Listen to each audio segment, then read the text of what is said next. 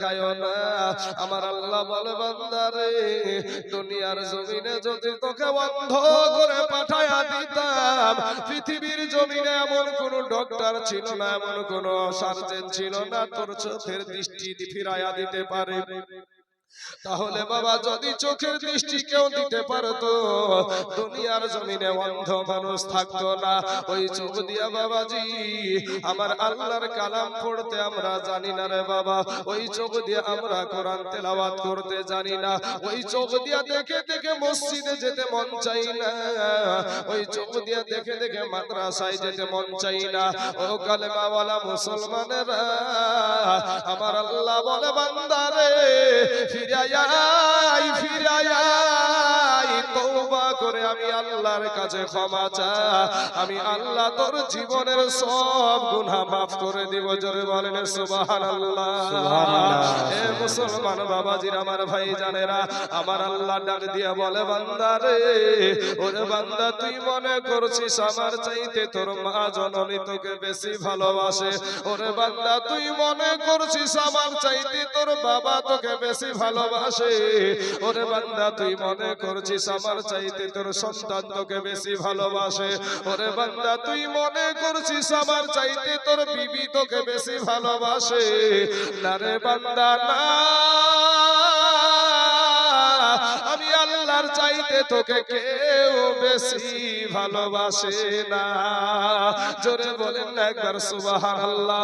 ও বাবাজি আমার সোনা মানিকেরা, আমার আব্বা জানেন, আমার পর্দার আলার মা খালা গো, মা গো গুনাহ নিয়া কবরে যায়েন না গো মা, ওই কবরটা বড় কঠিন, ওই কবরটা বড় কঠিন, ওই কবরে একটা সেকেন্ডের আযাব জাহান্নামের আযাব সহ্য করতে পারবা না গো মা জননীরা।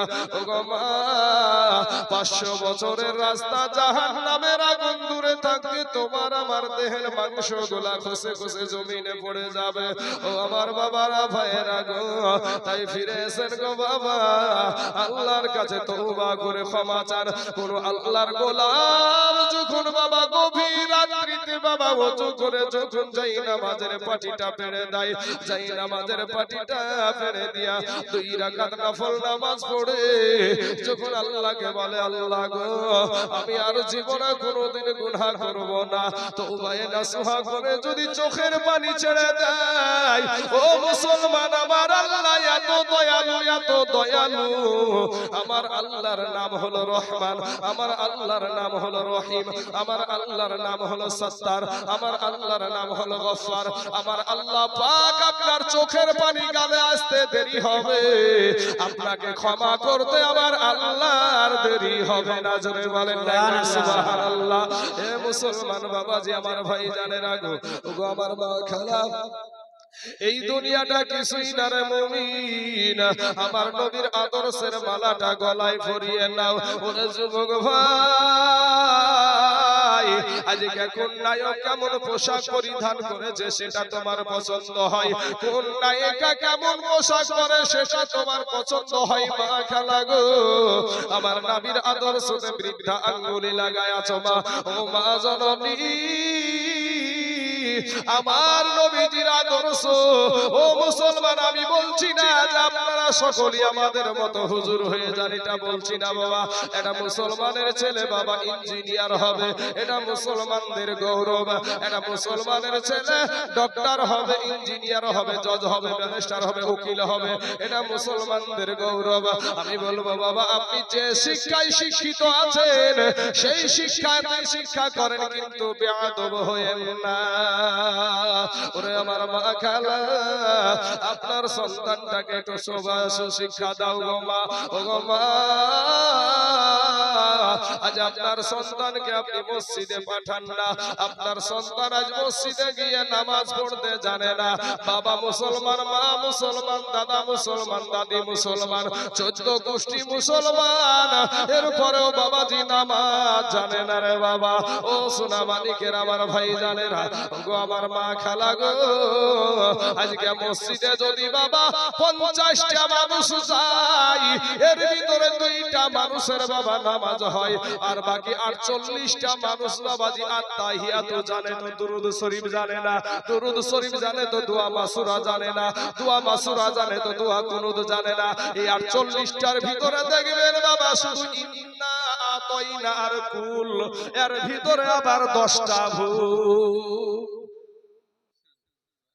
মাখরাজের সহিত তারতিলের সহিত পড়তে পারবে? আল্লাহ কোরআনে বলেছেন ওয়ারাতিল কুরআনা তারতিলা, কোরআন শরীফ তারতিলের সহিত পড়তে হবে, মাখরাজের সহিত। কিন্তু মাখরাজ কি জিনিস আপনি জানেন না, আপনার জানাই নাই মাখরাজ কাকে বলে। তাহলে বাবাজি আজ দুনিয়াটাকে আপনি আপন করে নিয়েছেন। আব্বাজান আপনি যখন চলে যাবেন মাত্র 3খানা সাদা কাফন ছাড়া আপনাকে কিচ্ছু দিবে না। এই সাদা 3খানা কাফন ছাড়া আপনার কবরে সঙ্গী কিছুই হবে না। আপনার যেটুক আমল করেছেন সেটুক নিয়ে আপনাকে যেতে হবে, যেটুক বদি করেছেন, যেটুক নেকি করেছেন সেটুক নিয়ে আপনাকে কবরে যেতে হবে। ও মুসলমান ভাই ও বাবাজিরা, আমার মা খালারা গো, আমি আপনাদেরকে বলবো, মা নিজের সন্তানকে সুশিক্ষা দেন। আজ ছোট ছোট বাচ্চার হাতে মোবাইল উঠায়া দিয়েছে, ছোট ছোট বাচ্চাদের হাতে মোবাইল উঠিয়ে দিয়েছে। এই বাচ্চারা হুজুর ফেসবুকে কি শুধু পর্দাশীল মহিলারাই আসে না উলঙ্গাও আসে? সব রকমের আসে। ছোট বাচ্চাদেরকে আপনি উলঙ্গা ছবি দেখাচ্ছেন। আজকে যদি কোনো স্বামী যদি বলছে যাই এতটুকু বাচ্চাকে কেন তুই মোবাইল দিয়েছিস, স্বামী কি বাবাজি অমনি রাগ দেখাচ্ছে, তোমার সন্তানকে যে পারি নাই, তোমার সন্তানকে যে পারি নাই। মুসলমান ভাই ও বাবাজিরা, আমার মা খালারা গো, নিজের সন্তানটাকে একটু মসজিদে পাঠান, নিজের সন্তানটাকে একটু মাদ্রাসায় পাঠান, আপনার সন্তানটাকে কমসে কম কোরআন তেলাওয়াতটা শিক্ষা দেন। এই দুনিয়াটা কিচ্ছু না বাবা। সোনা মালিকের আমার ভাই জানেরা, কাল কিয়ামতের মাঠে আপনার সন্তান আপনার বিরুদ্ধে থাকবে, নিজেকে নিয়ে ব্যস্ত থাকবে। সন্তান দৌড়াবে বাবার পিছনে, বাবা দৌড়াবে সন্তানের পিছনে।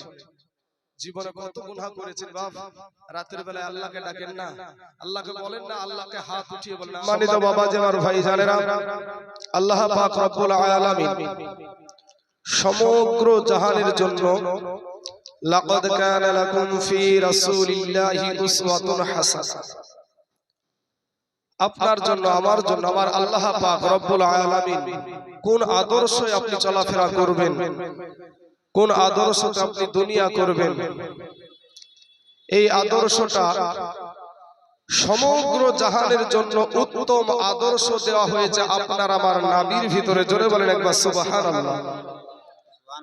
আব্বাজান আমার আল্লাহ পাক কোরআনে বলছেন আমার নবীর আদর্শ সম্পর্কে, ওয়া ইন্নাকা লাআলা খুলুকিন আযীম। আমার আল্লাহ পাক আযীম শব্দ ব্যবহার করেছেন আমার নবীর আখলাক সম্পর্কে।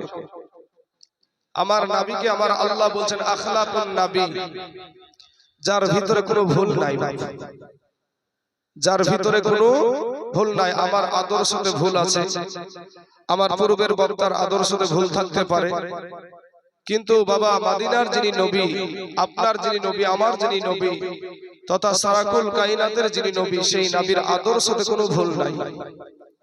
আপনি ভাত কিভাবে খাবেন তাতে নবীজির আদর্শ আছে, আপনি টয়লেট কিভাবে ব্যবহার করবেন তাতে নবীজির আদর্শ আছে, আপনি মুরব্বি বাবাজিদের সঙ্গে কেমন ব্যবহার করবেন তাতে নবীজির আদর্শ আছে, আপনি আলেম উলামাদের সঙ্গে কেমন ব্যবহার করবেন তাতে নবীজির আদর্শ আছে, আপনি একটা মেহমানের সাথে কেমন ব্যবহার করবেন তাতে নবীজির আদর্শ আছে, আপনার মা বাবার সঙ্গে কেমন ব্যবহার করবেন তাতে নবীজির আদর্শ আছে, সন্তান মা বাবার সঙ্গে কেমন ব্যবহার করবেন তাতে নবীজির আদর্শ আছে, আপনি কেমন পোশাক পরবেন তাতে নবীজির আদর্শ আছে, এমনকি বাবাজি মাথার চুল কাটাতেও নবীজির আদর্শ আছে। সুন্নতি চুল কাটা আছে না নাই হুজুর?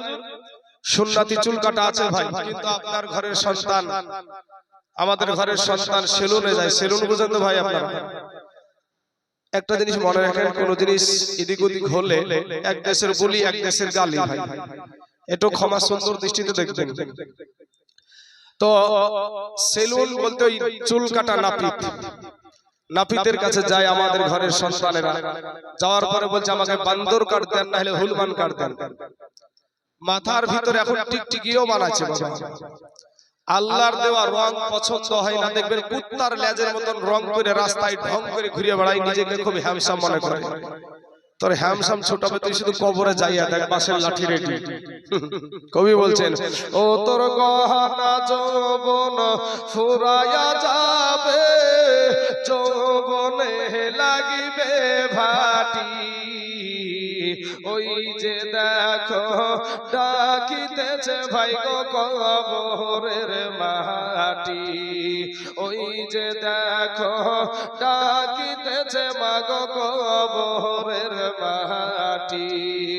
ও তোর গহনা যৌবন ফুরাইয়া যাবে, যৌবনে লাগিবে ভাটি, ওই যে দেখো ডাকিতেছে ভাই গো কবরের মাটি, ওই যে দেখো ডাকিতেছে মাগো কবরের মাটি।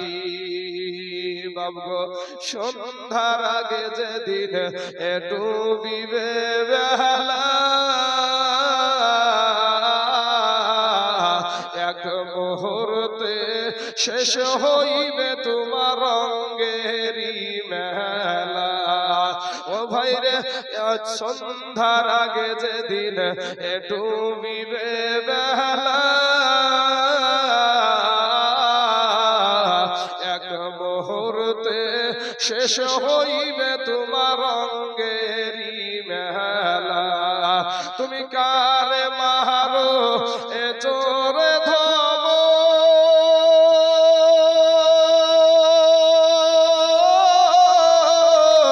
কার মাথায় ভাঙিবা লাঠি বাবা, কারে মারো জোরে ধম, কার মাথায় ভাঙিবা লাঠি, ওই যে দেখো ডাকিতেছে ভাই গো কবরের মাটি, ওই যে দেখো ডাকিতেছে বাপ গো কবরের মাটি। ওরে ঘুইরা মর তুমি এই মায়ারি পিছে, এত আশা ভালোবাসা সবই যে মিছে, কোনদিন জানি আইসা পড়ে আজরাইলের হাতের চিঠি বাবা, কোনদিন জানি আইসা পড়ে আজরাইলের হাতের চিঠি, ওই যে দেখো ডাকিতেছে ভাই গো কবরের মাটি, ওই যে দেখো ডাকিতেছে মাগো কবরের মাটি। খবর পেয়ে আসবে আত্মীয় স্বজন,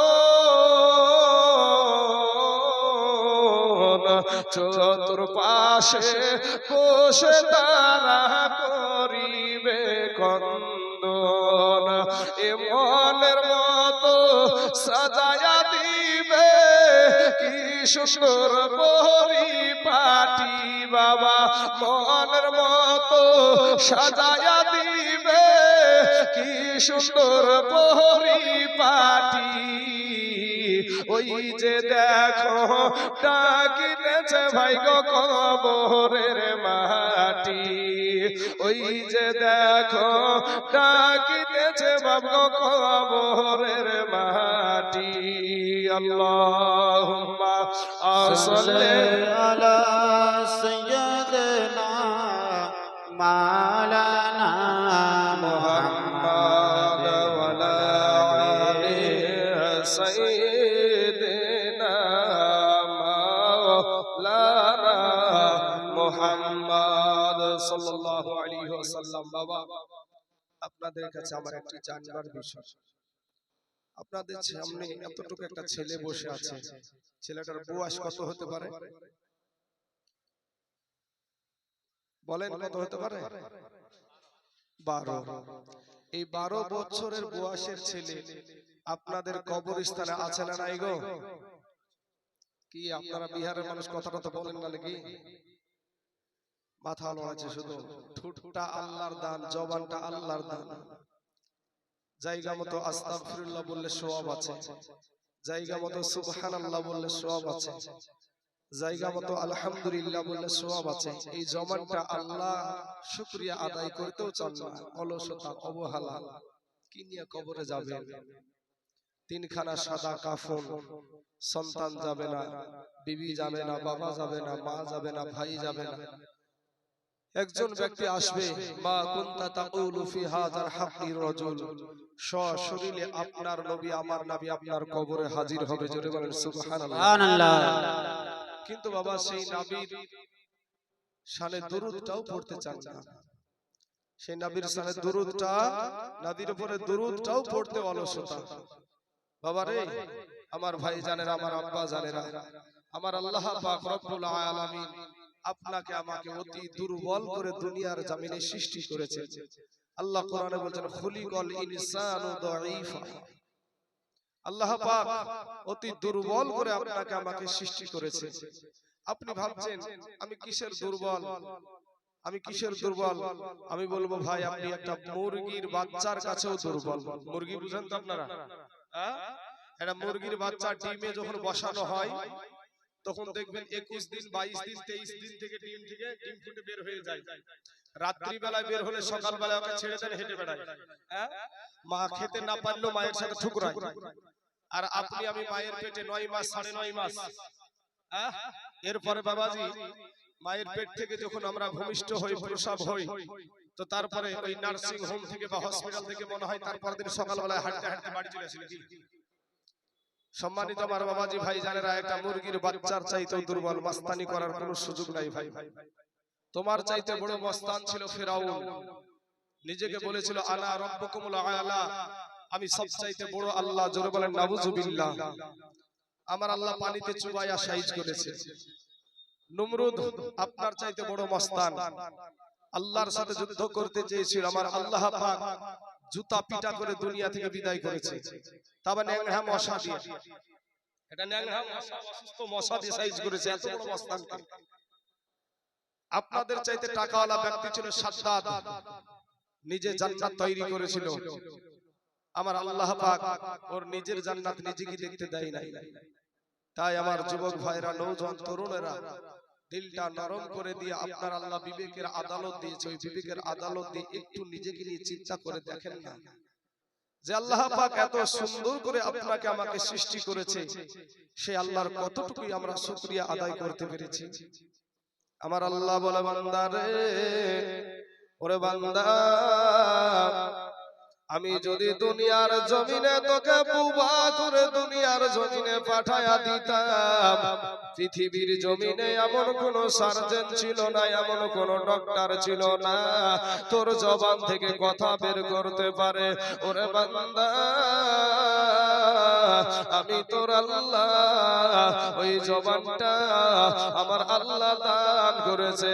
আল্লাহ বলে, বান্দারে, ওই জবান দিয়া তোর মা জননীকে ডাকবি, কোনো অসুবিধা নাই। ওই জবান দিয়ে তোর বাবাকে ডাকবি, কোনো অসুবিধা নাই। বান্দারে, ওই জবান দিয়ে তোর বিবিকে ডাকবি, কোনো অসুবিধা নাই। ওই জবান দিয়ে তোর সন্তানকে ডাকবি, কোনো অসুবিধা নাই। কিন্তু বান্দারে, যেহেতু জবানটা আমি তোকে দান করেছি, তুই মাঝে মাঝে আমি আল্লাহর শুকরিয়া আদায় করবি। তোর অল্প শুকরিয়া আদায় করাতে আমি বেশি খুশি হয়ে যাব। জোরে বলেন সুবহানাল্লাহ। হে বাবাজি, আমার সোনা মানিকের, আমার মা খেলা গো, এই দুনিয়াটা কিছুই না রে মুমিন। এরে আমার নবীর উম্মতের দল, মাস্তানি করিও না রে বাবা। যৌবনের বাহাদুরি